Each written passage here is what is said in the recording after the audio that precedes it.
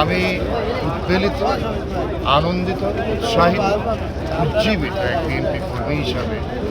আমার স্মৃতিতে আসে 1978 সালে এই ময়দানে শহীদ প্রেসিডেন্ট জিয়াউর রহমান জনসভায় সকালবেলায় ভাষণ দিয়েছে। আমাদের মা দেশনেত্রী বেগম খালেদা জিয়া এই আলিয়া মাদ্রাসায় বারংবার তিনি জনসভা করেছেন, সমুদ্রে পরিণত হতো। একই জায়গায় আবার তাদেরই সন্তান বাংলাদেশের আগামী রাষ্ট্রের কারিগর, আগামী বাংলাদেশের কারিগর তারেক রহমান এক জায়গা থেকে এই সকালবেলায় তিনি তার যাত্রা শুরু করতে যাচ্ছেন রাষ্ট্রের কাজের দায়িত্ব দিয়ে। এরকম একটি কাকতালীয় চমৎকার সম্মিলন বিশ্ব মানচিত্রে আর কোথায় আছে কেউ দেখাতে পারবে কি? এই প্রশ্নটা থেকেই। আর অনুভূতি, প্রয়োজন, মানুষের উপস্থিতি, এসবের উত্তর একটাই, তারেক রহমান যেখানে দাঁড়ায় সেখানে পুরো বাংলাদেশ দাঁড়ায়, এবং তার সাথে বাংলাদেশ দাঁড়িয়ে গেছে। তার প্রমাণ 300 ফিট, মাত্র 15-15.5 মিনিটের বক্তব্য। মানুষ উদ্বেলিত, প্রতিদিন কথা বলছেন, প্রতিদিন মানুষের সাথে মিশছেন। তার প্রতিদিনকার এক একটি ভূমিকাকে যদি আপনারা অ্যানালাইসিস করেন, then you will see the late martyred president Ziaur. আমরা জিয়া খুঁজতাম, আমরা সম্ভবত জিয়া পেয়েছি। আমার বিশ্বাস তার হাতে নিরাপদ বাংলাদেশ।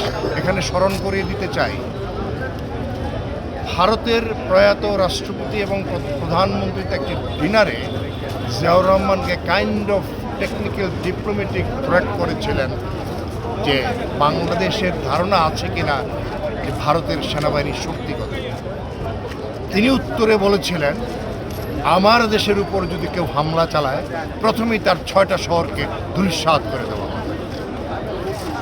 সেই দলের কর্মী আমরা, সেই নেতার আদর্শে উজ্জীবিত আমরা, সেই নেতার আদর্শে পুরো বাংলাদেশ উজ্জীবিত। সুতরাং আমরা মনে করি এটি মহাসমুদ্রে, মানুষের মহাসমুদ্রে পুরো সিলেট নগর হবে একটি জনসভার ময়দান। আমাদের প্রিয় নেতা জনাব তারেক রহমান বিএনপির চেয়ারম্যান নিযুক্ত হওয়ার পর এই প্রথম কোনো সফর সিলেটে এবং সারা বাংলাদেশে প্রথম সফর তিনি শুরু করছেন। গোটা সিলেটের মানুষের মাঝে একটা অভূতপূর্ব সাড়া রয়েছে সেই সফরকে কেন্দ্র করে।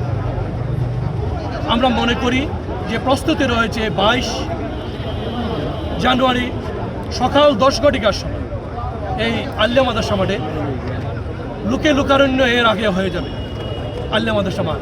এবং আমরা ধারণা করছি মানুষের যে অভূতপূর্ব সাড়া পাচ্ছি আমরা, এটা সিলেটের ইতিহাসের সবচেয়ে স্মরণীয় এবং সবচেয়ে বড় জনসভা হবে ইনশাআল্লাহ। এই জনসভা থেকে মানুষ সারা বাংলাদেশে জানান দিবে মানুষ বাংলাদেশ জাতীয়তাবাদী দলকে কতটুকু পছন্দ করে, বাংলাদেশের গণতন্ত্রকে মানুষ কতটুকু চায়, এবং যাদের হাতে গণতন্ত্র নিরাপদ, বাংলাদেশের স্বাধীনতা এবং সার্বভৌমত্ব নিরাপদ, সেই বাংলাদেশি জাতীয়তাবাদী দলকে মানুষ কতটুকু ধারণ করে এটা মানুষ জানিয়ে দিবে এই জনসভা থেকে ইনশাআল্লাহ। ধন্যবাদ।